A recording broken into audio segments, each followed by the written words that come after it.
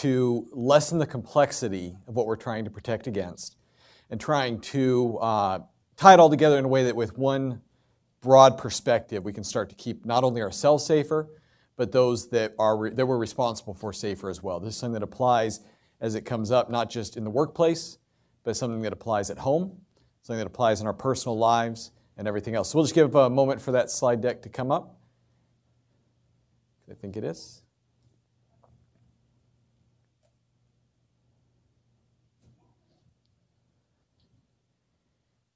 Well, I will briefly reintroduce myself since I'm switching to role of a speaker, and I'm going to talk to you here for a short period of time. Again, my name is Chris Cox, and I'm the Executive Director of Operation Safe Escape. That was born out of a 501c3 nonprofit organization called OSPA, where we focus on Opsec, and I founded that in 2006. So the perspectives come against one another, and they nest into each other a little bit. So what we're going to talk about today, as we finish up, is combating domestic violence as a practical application of Opsec. And I know we touched briefly, some people talk about Opsec, some people talk about it as operational security. We're talking about operations security, which operational security tends to be more just, hey, how do we install some programs and put some technical measures in place, whereas we're talking about operations security, which is the actual process as it exists and has for some time. So we're talking about over 2,500 years ago, Sun Tzu, who we talked about yesterday, said, "Let your plans be as dark and impenetrable as night." He wrote this in The Art of War, where he taught other generals and he taught other entities how to fight war. And it changed warfare forever, what he wrote, and it's still studied today. Because the idea that he presents is to, as you make your plans, to don't let anyone see into them, make them secret. Because if you keep your plans secret, you maintain the advantage. And then George Washington, he said that even small matters, that word I've been told is minutia, is even small matters have to be protected because if you combine them together, they can reveal the bigger picture. He actually learned this firsthand when some of his plans were infiltrated. They were captured. Thank you, Kofi. They were captured by the British. And now by that point in the war, the British had known that he was a trickster.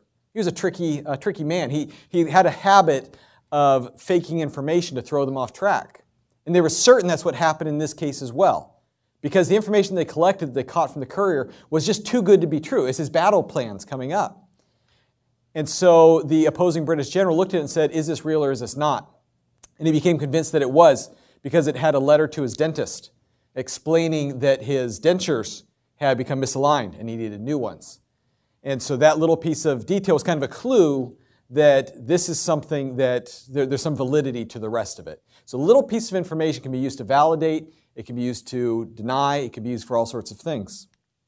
And then coming back to Vietnam, to the Vietnam conflict, when Admiral Ulysses S Grant Sharp commissioned a report, because his concern was how are our plans being compromised by the enemy?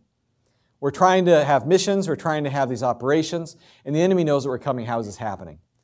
And what was found that U.S. forces themselves, we were the ones revealing information to the adversary. So we know that we need privacy. We know that we don't necessarily have privacy and secrecy. And we know that we're the ones in many cases that are giving it up. And the question is, does that apply to us? Is that something that in any way affects us? And I hazard to say that yes, it is. And let's look at why. So I'd like to introduce you to Redfa. I'm probably butchering that name, but I've been doing that all day, so that's all right. So Munir was an Iraqi fighter pilot. And he was assigned a MiG-21, a Russian-provided aircraft that was very advanced for its time. And the Israeli government wanted that airframe. They wanted that plane. And so they had made several attempts before, but they were unable so far. So they approached Munir, who was disenfranchised. He was unhappy with his role in the Iraqi Air Force. For one thing, he was a Christian, whereas his supervisors and his change were all Muslim. And that is relevant because there was a hierarchy within the military, within his unit, in that those that were Christian, those like him, were given lower priority for certain things. For one thing, he wasn't given enough fuel because he wasn't trusted to fly outside of his combat zone or his patrol area. So there were other challenges that made him not the ideal target for exploitation to cooperate with the Israeli military, intelligence services. But the fact that he was disenfranchised kind of made him a little bit more attractive to them for their second attempt to do that. So they wanted to get him out of the country. The problem was that not only did he have to overcome those challenges, and actually get out of the country without being shot down with this plane. And planes are, kind of easy to see if they want to keep track of those. But he said, I'm not leaving without my family. Well, how many people are in your family? 17. I want 17 people snuck out of the country as well. My wife, my children, my extended family. Because he didn't want them left behind and in harm's way. So they said, fine.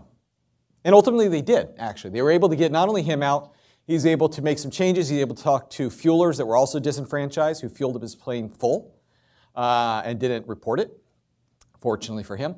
He was able to get on his flight path and then suddenly drop below radar range and just gun it for the border, trusting that those that said that they would protect his family did so. And they did. They were able to get all 17 of his family members outside. His wife didn't know where they were going. She knew that they were leaving. She was packed up with the kids. She didn't know where they were going. She was a little unhappy with the destination, but they were out safe. So what if we replace Munir with Ashley? What if instead of Munir, the person we're talking about is Ashley? And what if instead of leaving the country, she wanted to leave her home? And what if instead of 17 relatives, it was her daughter? This isn't a made-up story. This is actually Ashley. She allowed us to share her story. This is her real story, in that she had a challenge where she wanted to leave her home. The question is, could that same process that protected the plans that got Munir out of the country get Ashley out of the home? And in this case, it did. And I suggested that could be done in other ways as well. So let's take a look at how. But first, a few facts that we need to establish as foundational. A few things that we need to agree are facts before we start to consider what the risk is and what that means for us. I consider these facts. If you agree, or if you disagree, feel free to correct me. But as far as it concerns for this particular mission, I think number one, if it exists, there's risk in general. If there's something that is worth doing, a mission, a task, an operation, a business, what you guys do, then there's risk. And risk is difficult to address. We just talked about risk a little bit ago, in terms that doesn't mean that it's not something that we need to be doing, but that does mean that it's something that we need to understand that there are challenges incumbent in it. We look at risk in a different way to very, very oversimplify what risk is, far more simplified than Kofi did when he last spoke as well, is that risk is the product of threat times vulnerability times impact. So what that means, if we notionally pretend that we're going to mathematically multiply those together, threat is what happens when you have risk. Risk, what happens when you have the threat. So a threat has to exist. A vulnerability has to exist. So there has to be some sort of way that the threat can make it happen. And there has to be some sort of impact. The idea is that if any of those things are zero, if there's actually no threat, no one wants to get into your facility, or if there's no way they can, or if no one cares if they do, then risk is zero because it's multiplication. But the reality is those numbers are never zero. There's always someone that wants to get into your facility. There's always a way they can, and there's always an impact if they do. So the question is, how do we get that number as close to zero as possible? A dedicated adversary requires a dedicated defense. We've been talking all day about a dedicated adversary. We've been talking about people that definitely want something that you have, your access, information, and everything else. And since they are dedicated, that means that we have to be just as dedicated in protecting against them. It's very, very easy. I would hazard to say that the caseloads that you deal with are very, very high. Probably a stack on your desk of different cases and different information that you have to deal with on a daily basis. It can be hard to get through that while focusing also on the unique security needs of each. But those resources have to be made available to you so that you can do so. Because if we're going to lower the risk, then there has to be just as much time and resources available to you as the adversary has available to them. And then a personal motive makes for a more dedicated adversary. What that means is when someone has a personal stake in the game, they are more likely to increase their level of exposure and risk. Generally speaking, there's a risk acceptance level, to the level where someone operates up to their level of acceptance of risk. If at a certain point they say, it's too risky for me, I'm not going to do it. So let's look at a burglar. There's the old joke about if you're in the woods and you see a bear, you don't need to run faster than the bear. You need to run faster than your friend. So if you can protect yourself to the level where you're above someone's threshold of risk, then they will move on to a different target. That works in the general sense. That doesn't always work when we're talking about a dedicated adversary like we spoke about earlier. That doesn't always work when someone wants specifically you, or what you know or what you have or something that you can provide. Great case in point is 2008, we had O.J. Simpson. He went to jail. He went to jail a couple times, but he went to jail for robbery because he broke into an apartment building with a gun and he stole the sports memorabilia that was in that room. Now, O.J. Simpson could go to Walmart and he could buy a football and he could do all sorts of things. He could get a football, but he had a personal connection to that sports memorabilia that he felt was his. So his level of his threshold of risk went up significantly because he had a personal motivation in that. And we're just talking about sports memorabilia here. We're not talking about lives. So the more personal it becomes for an individual, the more likely they are to be dedicated to doing what they intend to do. Also, when you take on a mission partner, you also take on their adversaries. This is really important. This is important for you and this is important for anything else. If you partner with a different organization, or if you partner with a different security firm, if you hire security guards or whatever else the case may be, you also take on people that are opposed to them. Great example of that, we talked about Target earlier. Some years back, Target was hacked. Which time? We can pick any particular time. But one time in particular, they were hacked, their client information was breached and everything else. It wasn't through their networks. They weren't attacked directly. There was another company that they were attached to, they were partnered with, that was attacked, and then the attacker was able to get through them in order to get to target. So when you partner with another organization that may have their own enemies, you have to be aware that you're also taking on the threats that exist to them. So you have to look not only at what's relevant to you, but also to other organizations that you work with. And our ability to adapt to change helps determine our level of success. So many of you in this room, who's been working in your field for more than 10 years? More than 10 years. Things have changed significantly in 10 years. 10 years ago, maybe we didn't have a tracking device in our pocket right now. But now we do have a device that's with us at almost all times, that comes with us into our workplace, that's able to do things like we just saw briefly with the recent presentation, that can maybe open up your microphone and hear what you have to say. We kind of feel a little safer when we're in the confines of our workspace to talk openly. Now, you guys probably don't go to Starbucks and talk about a case. So maybe the random person at Starbucks doesn't hear about your clients and everything else. Good. I mean, that's a good thing. But if you're in with a colleague and you're talking about a particular case and saying, oh, I'm concerned about this event. I'm concerned about what might happen. If, for example, your phone was broadcasting that particular time, if you pocket dialed even, who could be hearing what you have to say? That's really no different than saying it in front of another organization, and as we've seen, or another entity. And as we've seen recently, we may be targeted from a technical perspective. Things have changed, and we need to change with it. And that's where it becomes very, very difficult because realistically, we have to be on the cutting edge of threats. We have to know what's changed. We have to know how that happens. We have to be able to adapt to it because, once again, our adversaries are. And finally, this becomes very challenging. There's a history that has to be considered. Now, oftentimes, you probably hear the same thing that I do, where the individuals that are impacted by domestic violence, they use terms about, they say, my abuser, or things like that. In the security community, we use words like adversary. We say enemy sometimes. We say we have to protect against the attacker, is something that you've heard here several times. But that doesn't necessarily address the history that exists between the individuals, between the threat, and between the individual we're trying to protect. What words do they use? They might use words like my ex-husband, my child's father. That implies a personal connection there, and that personal connection is real. Sometimes there are elements of affection still, but there's still a connection. It's not unusual, and you guys know this, where ultimately the victim may go back to the abuser at some point, all right? Hypothetically, theoretically, what if that victim has gone to a secure, hidden, safe house type location and now knows where it is, and then goes back to the abuser? What happens then? And that kind of ties into what Rebecca was saying earlier, so it's a very good conversation. But when you look at your password reset options, what are those sometimes? My street I grew up on, pet's name, mother's maiden name, that's how you reset your banking information. Is it possible that the abuser knows that information about the person they're married to for 15 years? I'd say probably. If that information's a lie, I could tell you all that information about me. I could tell you where I grew up and everything else. You try to reset my passwords, it's not right because I lie. We've talked about this before. I like to lie on those things because that makes me more secure.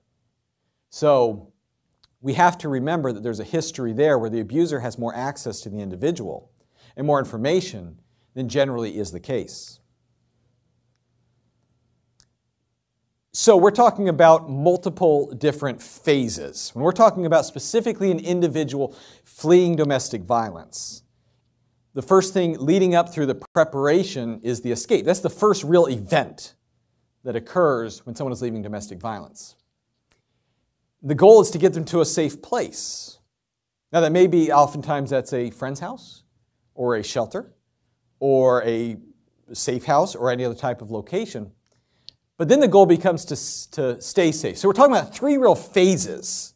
It's first getting them out, first getting them somewhere safe initially, and then giving them the skills to stay safe initially. Now in some cases, you guys are the only person that these people will be talking to about these types of questions.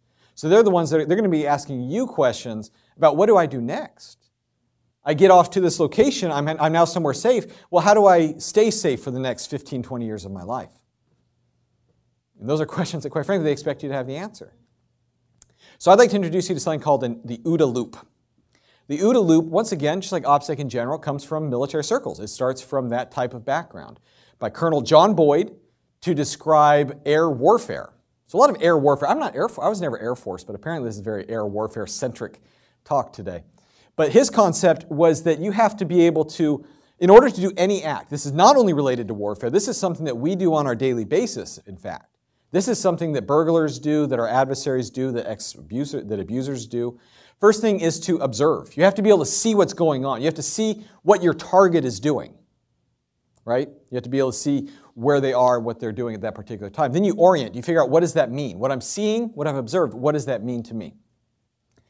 And then you decide what to do, and then you act. So let's take, for example, let's pretend like you're a burglar. And you want to break into a home and you want to steal whatever they have inside. I'm assuming that none of you are burglars, but try to put yourself in that mindset for a second. So you're going to sit outside the home that you want to burgle, and you're going to watch it. I'm thinking of that great, wonderful holiday movie, Home Alone, which I use that in presentations all the time because it's a great example. What did they do? They sat outside the home and they watched. And you remember the Christmas lights came on at the same time every day? They observed that. They said every single day at this particular time, these Christmas lights come on in a predictable order. That one, that one, that one. And then so they oriented to that. They said, what can that possibly mean? If the Christmas lights are coming on at any particular time, is someone coincidentally going to the light switch at the same time every day? It's possible. But more likely, they decided, is that means it's on a timer. If something's on a timer, what does that mean? So they started asking these questions. And then you decide. You say, well, I've made a decision, I know what it means, and I'm going to then act on it. The whole concept behind the OODA loop is this something you're doing repeatedly. Like I said, that's not just something bad guys do, that's what we do as well. We do in different contexts in our lives, we do that in small ways and large ways. The idea is that we're doing this at the same time that our enemies, that our adversaries are doing this. The question is who can do it faster? Because if you can do it faster, you get inside their OODA loop. If you are observing what they're doing, and you're observing yourself, and you're looking at it, and you're making changes, you disrupt their cycle. And they have to start over. So the faster you can do it, you can complete it before they do. So when we're talking about the escape phase, the abusing partner is trying to do this at any given time. Now, they might not actively be doing this because they don't know that their partner's trying to escape. They think they have control. And once again, that control starts to slip away. That's where it becomes more dangerous. So the goal really becomes trying to hide that information, trying to conceal the plans. So we're trying to prevent them at this point from observing what's going on. So at that point, you might take measures not to change your behavior. You might take measures not to let certain things be visible that would make them observe anything unusual that they then need to orient to. You want to prevent them from being able to orient. So we start at this phase hiding information. And then to a safe place. At a certain point, you can no longer hide the fact that you're going to leave from an abuse victim's perspective. You can no longer hide that. At a certain point, they're gone. And eventually, the abuser's going to notice that. At some point, they're going to come home and they're going to say, wait a second, something's different. Maybe right away, maybe after a short period of time, but eventually that's going to become visible. So you can no longer hide that information. That's done with. At that point, you start trying to hide other information about where did they go. You try to prevent them from being able to observe certain things that would tell them where they had gone or other clues on that. And then eventually to stay safe. And that's where it becomes cyclical and perpetual. Because we had seen some presentations today who were saying that her abuse went on for 10 years, multiple years, where in that particular case, she has to try to do this perpetually in order to hide her information so that he doesn't show up again. And that's what we're trying to protect against. So the Opsec process is multi-pronged, and we're going to talk about this kind of from a basic perspective. We're not going to apply this as a military entity trying to protect military secrets. We're going to look at it about how it applies to our life. So the first thing you need to do, and the first thing you do, because you already do this process to a greater or lesser degree, is you want to figure out what information you're trying to protect. So what information is needed by the bad guy, the adversary, or whatever, in order to find out what you have. And then you're going to look at who's the threat. That's kind of easy in this case. We know what we're talking about. But who is the threat and who are you trying to protect information against? And then what are your vulnerabilities? How could they get your information? How could they exploit things in order to find out what information you're trying to protect and get into that? And then you assess the risk, which we talked about a little bit ago. And then you apply the measure. So you go through this process because all of this informs what you need to actually do. And then you keep doing it. So let me ask you, when you go on vacation, when you leave your home empty, you don't want a burglar to break in your home while you're gone. I assume that nobody here wants that because I certainly don't. And then so you try to figure out, I want to protect that my home is empty. That's one of the things. We'll start with that. And so you're thinking, well, the burglar is someone I want to protect against. I don't want them to break into my home. I don't want them to know it's empty. So you start looking at, well, how could they figure out? Well, maybe my Christmas lights come on at the same time, or my mail piles up, or anything else. And then you start to ultimately try to figure out, how can you keep them from knowing it? So when you go on vacation, maybe you're like me, you put your lights on a timer, maybe randomize it if you can. You have a friend come over and cut your lawn or collect your mail so that doesn't pile up. That's the Opsec process. That's exactly what you're doing there. You're protecting what you want to protect in a unique way. So when we're talking about a critical information list, we're talking about what information we need to protect. In some cases, in the military context, we're talking about protecting military kinetic operations, but that applies very, very directly to domestic violence situations. In the military, you might try to protect evacuation routes, procedures, and things like that. We're talking about the escape route that the victim of domestic violence might take to get out of the home. Might need to protect not staging locations, but the locations of supplies that they're taking with them. I've seen this happen, surely no organization here, but I've seen it listed on other domestic violence type websites where they say, we're focused on expediency, so you can get out as quickly as possible. Pack yourself a bag, right? A go bag, right? Pack it up with clothes and medicine and money and paperwork and everything else and hide it in your closet so that when you need to go, you can just grab it and leave. What's the problem with that? What if the abuser sees that bag? Then they start asking that question. We're talking about the OODA loop again, right? Then they start asking the question and they say, what does this bag mean? Why do you have it? And that becomes very, very difficult to explain. So where is it staged? What types of, not specialty codes and emergency procedures, but emergency code words? Do any of you have that with your clients and things like that, where they know a word they can say to their family member to say that they're in danger? Or with their kids, and that word means get somewhere safe, call 911. What if the abuser knew what that word was? God, what if you wrote that down? What if one of the kids mentioned that or something like that? What would happen if the abuser heard that word that he or she knew what that was? Military protects intelligence, targets, and methods. What about phone records and web searches? What if showing up in a search history is, how do I escape domestic violence? Or a phone call to a shelter, to a location such as yours? What does that mean? And so on. So protecting new alarm codes and passwords. When you move to a location, you would change your passwords, your alarm codes, and everything else. What date and time you're planning to leave, where you're going, and any purchases that would reveal location. That was a little tricky. What kind of purchases could give a hint of where someone might be escaping to? Anyone? Like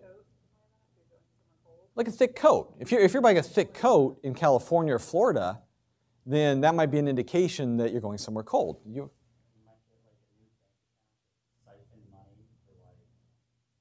Oh, yeah. All right, new financial transactions and preparations. Absolutely, that starts talking about the intent to leave and the plans and everything else. Absolutely. Absolutely. So I'd like to introduce you to Frances. And Frances is a real person. That is not her real name, but this is her actual story. We had worked with Frances as she got out of her situation, and she did say that we could share her story with you for this purpose. So Frances, at the time of the abuse, was 27 years old.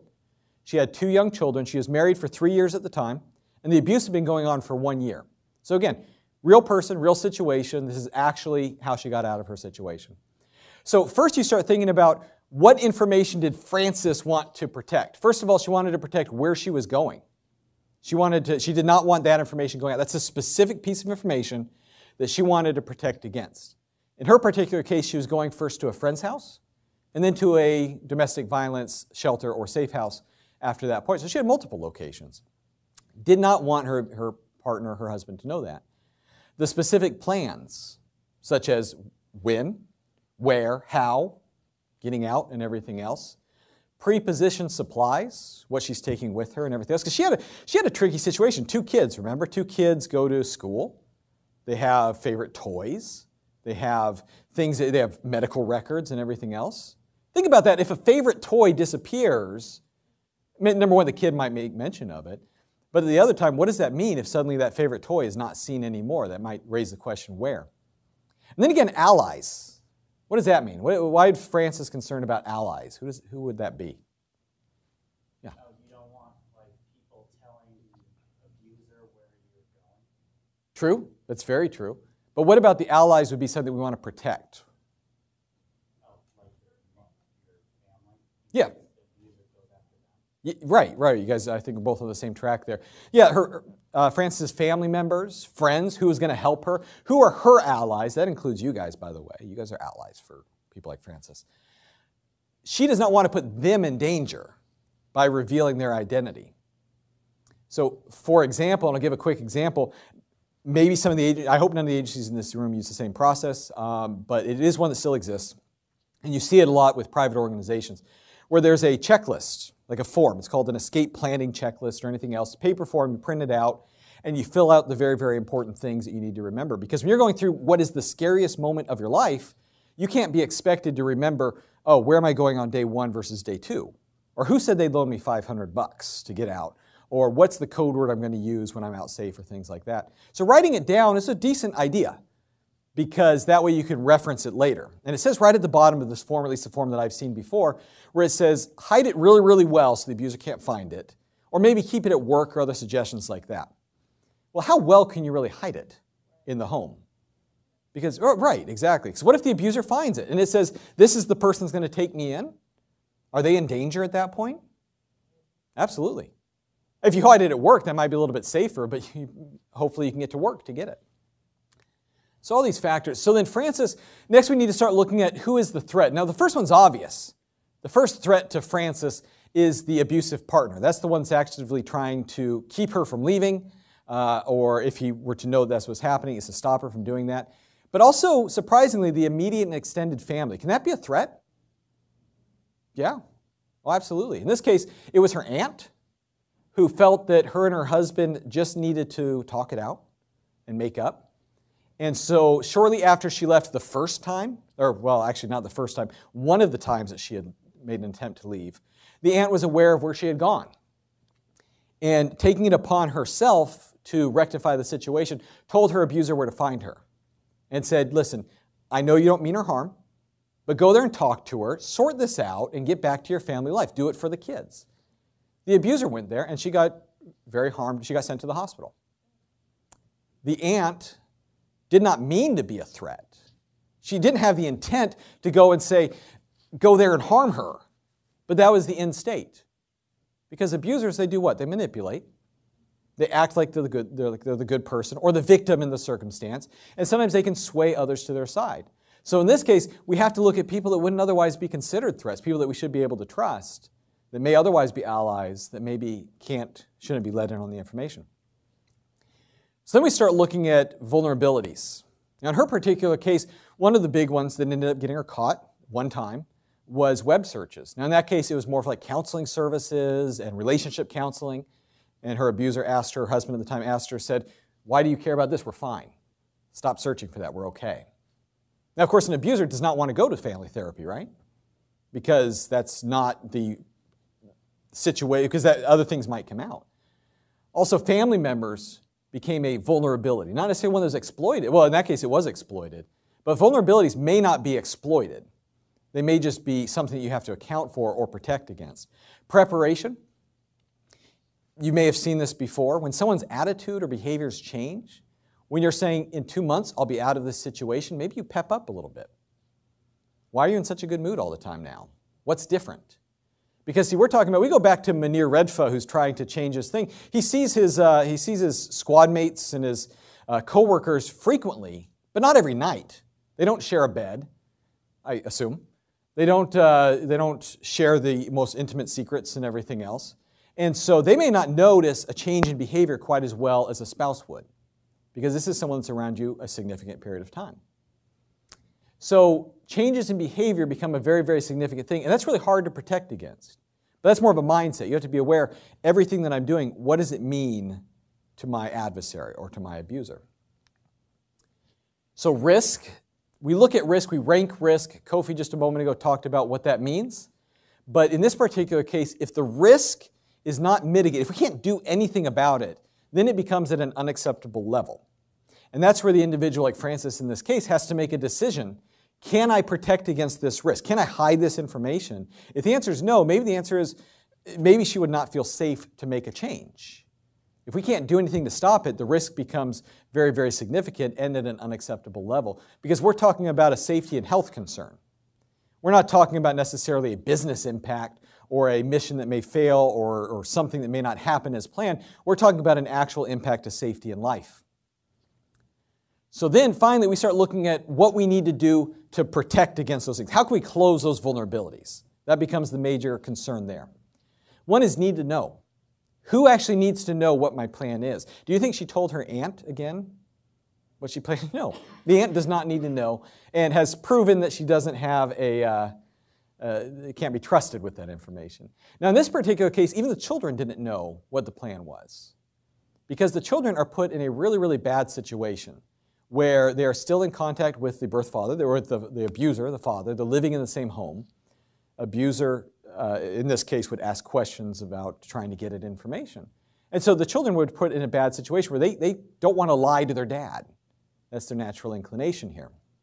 So she didn't tell them what the plan was. Now, they knew things they needed to know. They knew when to call 911, as they had before. You know, they knew that maybe at some point they had an inclination they were going somewhere. But they weren't told the plans. They weren't told the things that may get back to the abuser. She also had a need for technical countermeasures. That is protecting her information. We talked about tails and things like that. We talked about certain apps and things like that that can make you a little bit more secure. And those are things that she needed to adopt in order to close certain vulnerabilities like the web searches and phone calls and things like that. But also cover and concealment. We've talked a lot before about cover stories and concealment. Now this is kind of in a different sense than Special Agent Lapp was talking about active shooter, but the concept's the same. We want to hide certain things. We want to protect against certain things. If, for example, you start making certain financial changes, you start opening up a new bank account or hiding money and that's found, do you have a cover story for that? And you should, of course. And then concealment is, of course, hiding also those transactions or hiding those changes as well. All that needs to be put in place for her particular threat model. Some others may have more and some may have less. So I am happy to say that her mission was successful. She was able to get out of her situation. That's always a good news story. That's always kind of the best case scenario. She did get out. She did ultimately file for a restraining order and she filed for divorce. Wisely, she did both in the county that she left. When you leave the area, you kind of have a choice where you can do it in the county you're at or you can do it in the county you're from. In most jurisdictions, you have a very narrow time window when you can make that choice based on residency. She chose to do it all in the county that he was in, and it took some more driving on her part, but that didn't reveal where she had gone, which was pretty clever. So when we look at how she did things, we can start to see kind of how it all made sense and how it came together. For starters, the first thing she did is that after she had made all the arrangements and everything that she could, she wiped her phone, she did a factory reset, all the information's gone, and she left it on the counter. I thought that was particularly a good idea because her abusive partner was technically the one on the account. And abusers use the law as a tool very, very well, right? Yeah. So what we've seen before and what she avoided in this particular case was that if she had left with the phone, then of course the next thing he would do is call the police and report the theft. And then suddenly she's in a situation where it's her phone, she's the one that uses it, she was on the account, or she was authorized to use it, but suddenly the police are involved and helping track her down, unwittingly, but they're put in that position where they can be used against her.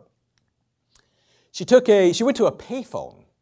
Those still exist, you can still find them. She found a payphone and she called a taxi cab and she went to a different neighborhood. So her first goal was to get out of her neighborhood. She took a taxi to a different neighborhood where they let her off and she went to a different direction. She found another payphone, which I had no idea, so apparently 2 exist still. And she called another taxi who took her to her friend's house. And at her friend's house, that's where she had items that were left behind. Her friend was very trusted. Her friend was awesome at keeping secrets. And she had items for herself and for her 2 children. And she promptly went down to the local big box retailer, Walmart, I think, and bought a track phone, a burner phone, essentially is what it is. Their phones can be prepaid with cash. You don't need a credit card to use them. You buy the minutes in advance. And there's no real connection to your individual identity. That doesn't necessarily protect you against law enforcement. Law enforcement can go through security cameras and everything else, but that protects you very, very well against an individual. You don't want to know your new phone number because there's no connection to you. And then she ended up moving on, ultimately the next day, to a secure location, in this case, a safe house. So let's talk a little bit about what a safe house is. I know I'm preaching to the choir here, but I'm drawing a distinction between a shelter and a safe house because there is an important distinction between them. In many cases, we have locations that are publicly known. More like a shelter. If you're in a bad situation, you might go down to the local YWCA or YMCA, depending on your county, or you might go to the local, like the previous presentation, emblazoned right on the front saying this is a safe house, this is a domestic violence shelter. Those are easy to find. And in some cases, especially in small communities, small towns, when there's a domestic disturbance, they know where the victim is going the next day. Everyone knows that. So that's a different threat model than a safe house, which has to look like any other house in the neighborhood. You know these are peppered throughout our communities. I used to live for one, next to one, directly next door to one for years before I knew that that's what it was. Because they were very, very good at what they did, and I was impressed with that once I realized that was the case. And so there's a different threat model, and there's a different mechanisms that have to be put in place to protect a location that has to be hidden versus one that can be publicly known. If one can be publicly known, then you're focusing on gates and guards and signs, don't enter and everything else. You can't do that here. This is not actually a safe house. I found this picture somewhere on Google, so it may or may not be. But if you were to put heavier bars here, now these are decorative, but if you put the industrial strength bars on it, and you put a second security door, and you had a guard standing in front, and you had a sign that said don't enter, that invites questions. And so someone will say, what is this place next door to me that has all these security measures? And sometimes it's easy to draw those inferences. So it's a whole different security mechanism. They rely on what's called, in many cases, security by obscurity, which in the security community is kind of a bad word, because that's what we used to say about computers, that you can protect yourself by being uninteresting. And no one wants to attack my computer because I don't have anything on it. I'm not very interesting. Well, we're finding now that that's not sufficient when it comes to protecting computers, and it's sometimes all that these locations have. Do you have a question? Oh, yeah. I was just thinking, like an old expression that says, if you want to hide a tree, plant it in a forest. And I like that. Thinking about how you just want to make it as uninteresting, as normal as possible. I just thought about that. Yeah, I like that. That's a really good point. So any particular house that looks like any other house in a neighborhood won't invite additional scrutiny if you can keep other things under control. It's a really good point. So the goal is to make it look like it doesn't stand out because that's all it has. So we talk about when we're trying to hide a safe house, we start to look about what information do we want to protect against it. For one thing, very easily, we want to protect the location. Right? We don't want people to know where it is. We want to protect how many residents. Maybe we want to protect, it depends on each location, but maybe we want to protect against how many people are going to be there at any given time, or how many staff. Because if there's a lot of people there, that kind of becomes a safer place. Versus if you know there's one staff member there after midnight, maybe that's a little less protected. Any security procedures and response times? So in other words, how quickly can they respond to an incident? If I've encountered this before or seen this happen, you might want to know how quickly would they respond to someone walking up the driveway. Oftentimes these are set back, a little bit isolated. They have foliage and things like that. So if someone starts to walk up to the door, just walk on the location, they might want to know how quickly does they respond. Can you test that? Yeah. Oh yeah, absolutely. You can do it and see how long it takes them to come out. If it takes them several minutes, then maybe I have some time, they're not watching very closely. If they come out very, very quickly, then maybe you think they have a better security posture. Identity of residents and potential residents. So if I am a bad guy in general, or a particular abuser, which I'm not, I shouldn't use myself as an example for that, but I might want to know who is there, or who is going to be there. Anything else? Did you have a comment? Okay. Who's the staff? And that's a hard one to hide, because in some cases, the overarching organization has a staff page. Does your organization have a staff page? Yes, but we're not a shelter. We're not a safe house. Well, that's true. That's true.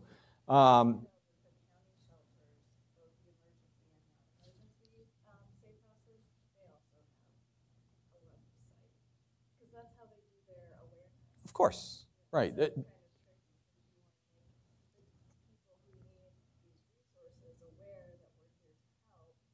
Mm-hmm.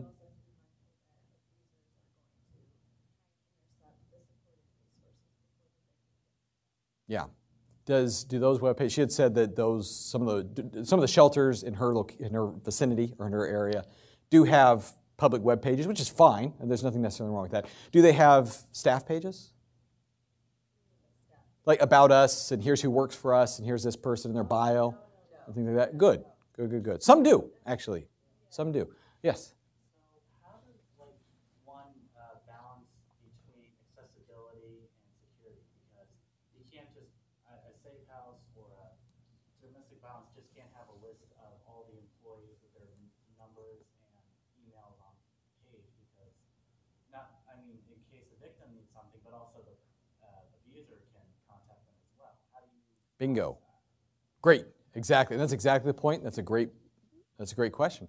So the question was, between the two, is that a lot of the shelters and a lot of the domestic violence shelters have about us page, they have web pages, which they should.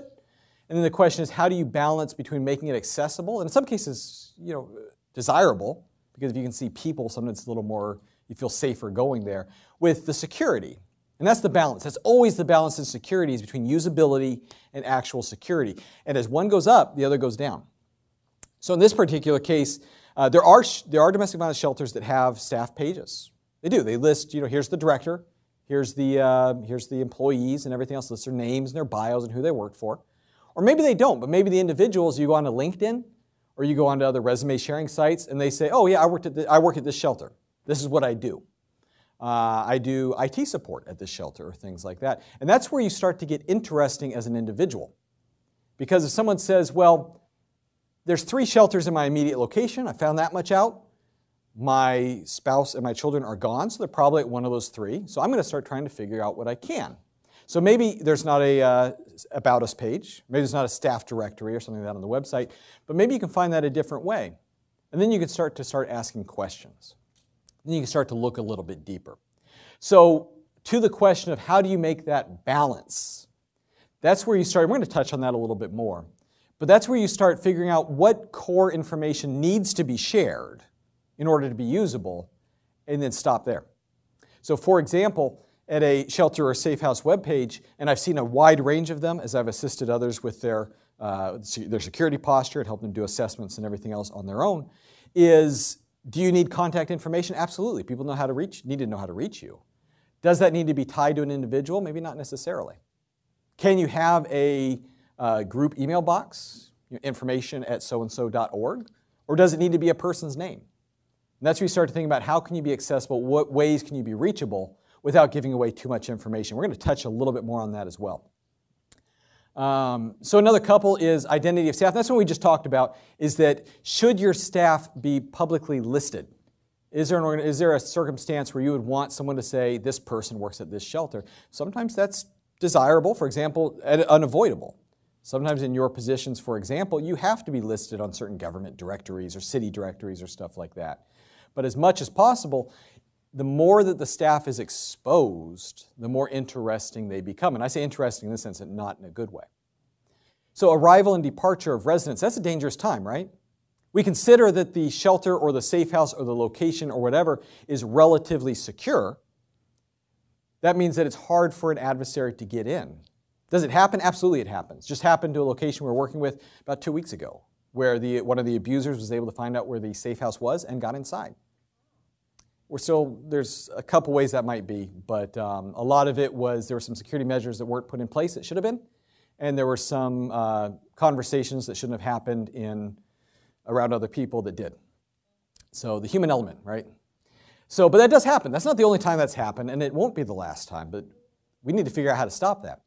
So, but in most cases, the shelter or the safe house is relatively secure. It's hard to get in. There's bars on the windows. There's alarms and stuff like that.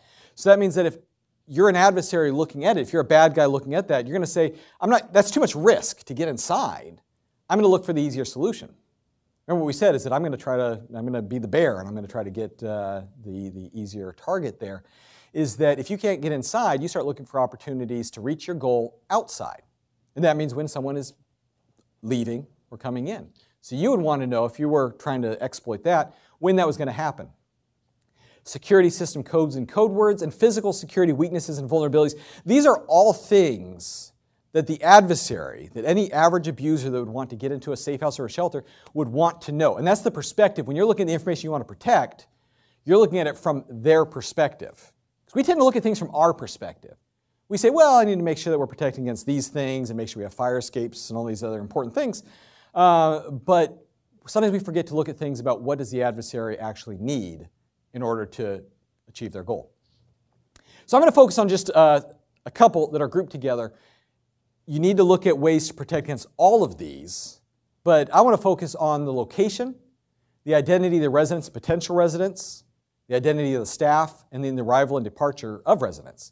So I'm going to explore right here, how is it that this information can be compromised, and how can we protect that a little bit better? Because I think these are some of the most important things to protect against in that case. But once again, we're going to look at everything if we can, but we kind of put it in order of what we need to focus on first. So you ask yourself the question, how would you find a hidden location? So if there was a safe house out there that you wanted to find, put yourself in the adversary's shoes, we call it think like the wolf, and think about it from their perspective. What would you do, knowing what you know? First, look up the domestic violence shelters for the county that you live in. Okay, so Just go to their webpage, Google, Fairfax County Domestic Violence Shelter. And you're going to get maybe a PO box, but you may also get an administrative office location. Or you may see that they also have family shelters, not safe houses. You just kind of have to start there. So she was saying, correctly so, is that you start with an open source intelligence, like we talked about before. You Google and you see what information is available for that location. Is it a PO box? Is it a physical address? Are there admin locations? Whatever else? Did you have a? Oh, yes. And if you knew the specific person, you would probably ask all their family members, friends, coworkers if they knew anything. And like you said before, they might say something unwittingly. Oh, yeah. Yeah, you're right. You start trying to figure out how else can you get the information. Once again, this has been the theme of what we're talking about. We're talking about a very dedicated, persistent adversary that is going to use all the resources available, very creatively too. Oh, and also, if you can't find the location where the victim is, you get the victim to come to you. Interesting. Another way too is call 1-800 information numbers and request a hotline for domestic violence in that area. Oh yeah, so call like the phone lines that are set up to help people and use that against, try to say what's in my area. Now if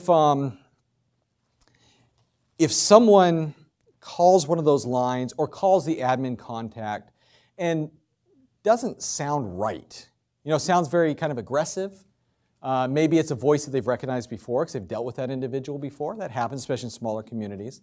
That might be kind of a red flag for them to say, wait a second, maybe something's not right here. But what if that voice was not the voice of the abuser? What if it was an ally of the abuser that thought they were acting right? What if it was the aunt that was trying to help track someone down? That happens.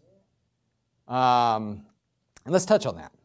For one thing, we can start looking at publicly available information. We can start looking at kind of what looks suspicious in a certain area. We can look at Google Maps and see what's there. I've actually seen this before, where you look at Google Maps and when you're trying to find a safe house or someone that's otherwise not publicly known and someone tagged it on social media, you can tag on Google Maps and someone actually went through the effort of saying this is here, and that's not very helpful.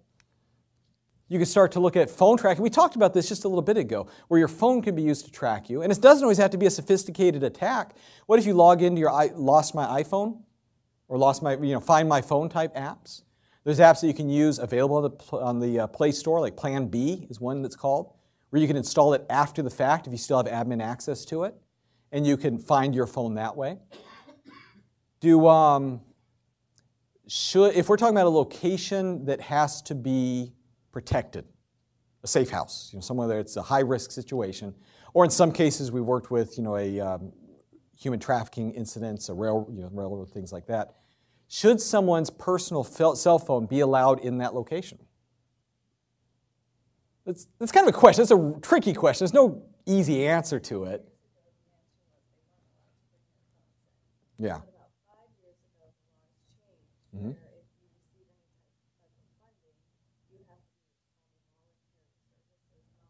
Mm-hmm. So you have to be very unrestricted and low barrier. You can't be controlling like the environment. Exactly. So to separate them from the phone is not allowed. Right. So she was saying just because great input, but you're not mic'd. So the comment is that by federal law, changed about 5 years ago, is that you have to follow the voluntary services model. Correct me if I'm lying here. And which means you have to be as unrestrictive as possible, which does mean that separating a person from their phone is not within that model. And there's a certain sort of logic to that, in that that phone may be the only contact that person has with the outside world, with their with the outside world, with their support system and stuff like that. Plus, you have an individual that's been controlled for a very long time. The goal here is not to further control that person, but at the same time, we have to take their safety, staff and volunteer safety, and other resident safety into consideration. So is it a matter of they need to have their phone confiscated, put into a Faraday bag, and thrown into the river? Maybe that's not the answer. But are there things that could be done to help make sure that's done safely? Could they be given a different phone? Could they bring their burner phone with them, if that's an option? Or a phone that has no connection to the abuser? Or could the resources, based on what you know now, be simply put in place to make that a safer option? Remove the tracking software, remove the connection to the abuser. Yes?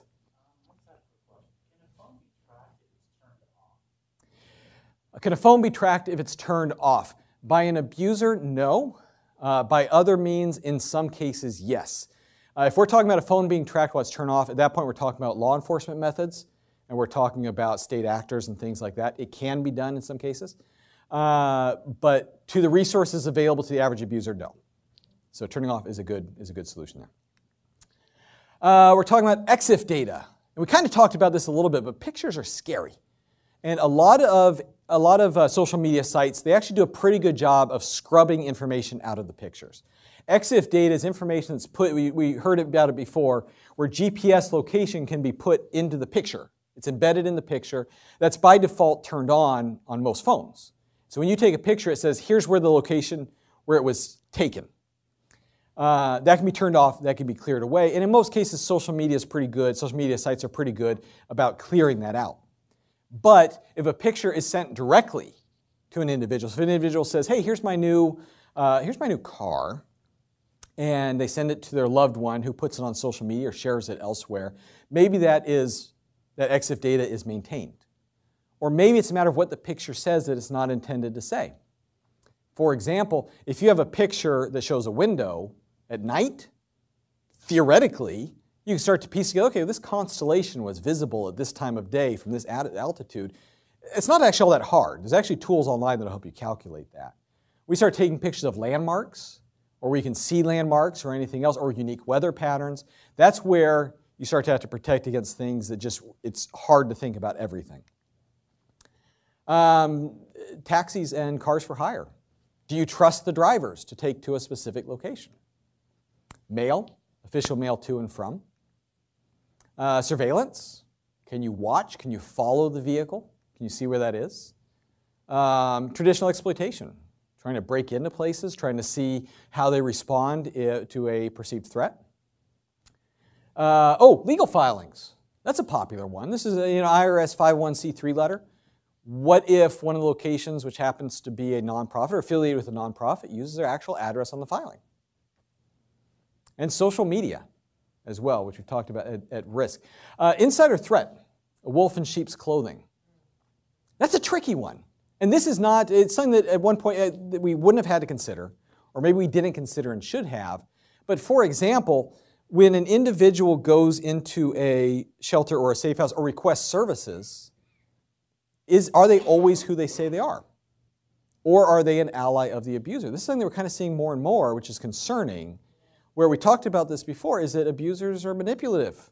So when they spin this story about how they're a victim and how their spouse is making up all these crazy lies about them and took their kids because they're cheating or they're vindictive or they're crazy, then some people might believe that story. And a cousin or a friend might volunteer to help them reunite their family. Unfortunately, it's something we have to protect against. Yes? What about if the victim is like having second thoughts or wants to like reconsider their actions? Like, how would you like handle that? So if the victim is having second thoughts and wants... They tell the abuser where they are. Okay. So if they go back to the abuser is your question. That happens a lot. Where ultimately the victim of domestic violence does end up going back to the abuser for one reason or another. Sometimes it's for the sake of the kids. Sometimes it's because he really changed this time and he's not going to do it for a fifth time. And that's not to impugn the wisdom of the victims. I'm saying that their abusers are manipulative. And they spin this story about how they learned their lesson, they're getting help, and they're not going to do it again. And that's true for a period of time. Right? They call it the honeymoon phase. They get back in and everything is wonderful just like it used to be. And then it goes back to the abusive behavior, almost invariably. And that's a very dangerous time period. And that's where we have to start looking at things about when the victim returns, what do they know? What did they see? What did they observe? Do they know where the location is? And what does that mean? Do they know what the security procedures are? Were they given inside information about the safety of the location? If that person leaves again, where do you think the abuser is going to go? The same place. Right. So very realistic threat, and that's something that has to be protected against. There's different security models of how to do that. Some more restrictive than others, and some less pleasant than others. You don't want to tell them, I'm not going to tell you where we're taking you, but at the same time you have to consider the fact that what the victim knows, eventually the abuser may know.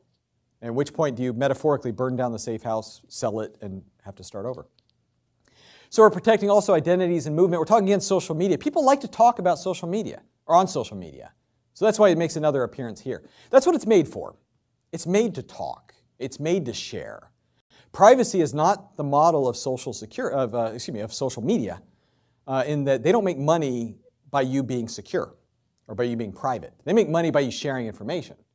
So that's the vested interest that they have. So the more you share, and some are made specifically for that, to share your location, to check in Foursquare, for example, or to share pictures and to share things that are going on. So that can give an idea of who's who. Maybe people shouldn't be taking pictures inside a safe house of identities and other residents and stuff like that. And I'm pretty sure that's probably already the rule in almost every case, but is it always? Cell phone tracking makes another appearance. Improperly secured information. All of us, I think, probably have a shredder in our office at somewhere, right? And there's certain standards, but sometimes not enforced, about what that should be. So can it be reconstructed after you shred it, or is it being securely deleted? And that's not only physical documents, but also things that may be on a computer. Anyone have a copier that can make copies and scan and stuff like that, and those fancy things? Did you know there's a hard drive in that? There's a hard drive in those. That's how they work. And yeah. And so The thing is, though, is that after it's done with a copy or a scan, the file that you just saved is still there. It may not be easy to address by normal means, but you can actually pull this off. I've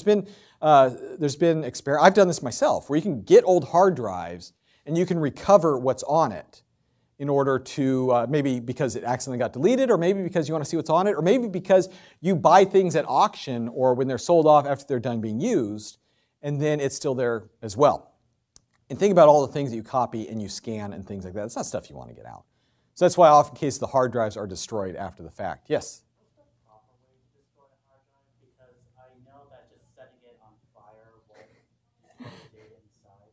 What's like the proper way to do it to make sure nothing can get out? My favorite way is smelting. You can melt the whole thing down, turn it into a chunk of metal and throw it into a river, and it won't be recovered after that. But however, there's easier ways, there's cheaper ways, there's software that does it to government standards. Realistically, if you do a complete overwrite once, it's realistically unrecoverable. We try to say you do it 7 passes of 3 iterations and random characters. That's really good.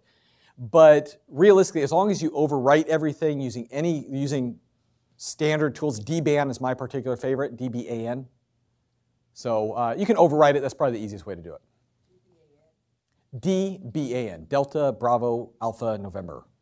It's Duke's Burn and Nuke, I think is what it's called. Free tool. Very effective at doing that as well. Yeah, it's online.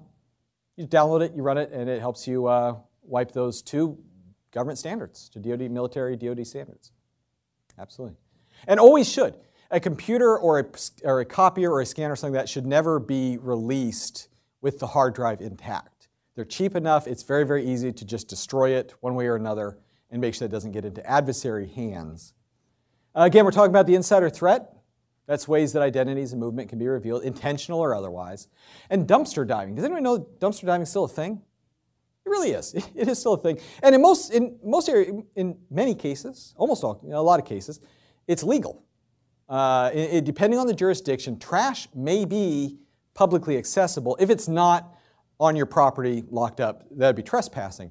But once it's on the street in many jurisdictions, that becomes publicly available. You can legally dig in someone's dumpster and pull out what you can find. Can you find things in the dumpster? Absolutely. You know, we have a policy probably in your locations where you have to shred things and you can't throw away personal mail and everything else. Do people forget? Sometimes. Do people throw away employee manuals, employee directories, internal directories, or Post-it notes with passwords on it? Yes. They do all the time. You may shred it, and that's good that you do, but some people forget. And I've seen it happen. I've done my fair share of security assessments. I've dived. I've been in a lot of dumpsters, and I found some great intelligence information to pull out. Better that I find it before a bad guy does, and we can change the behaviors.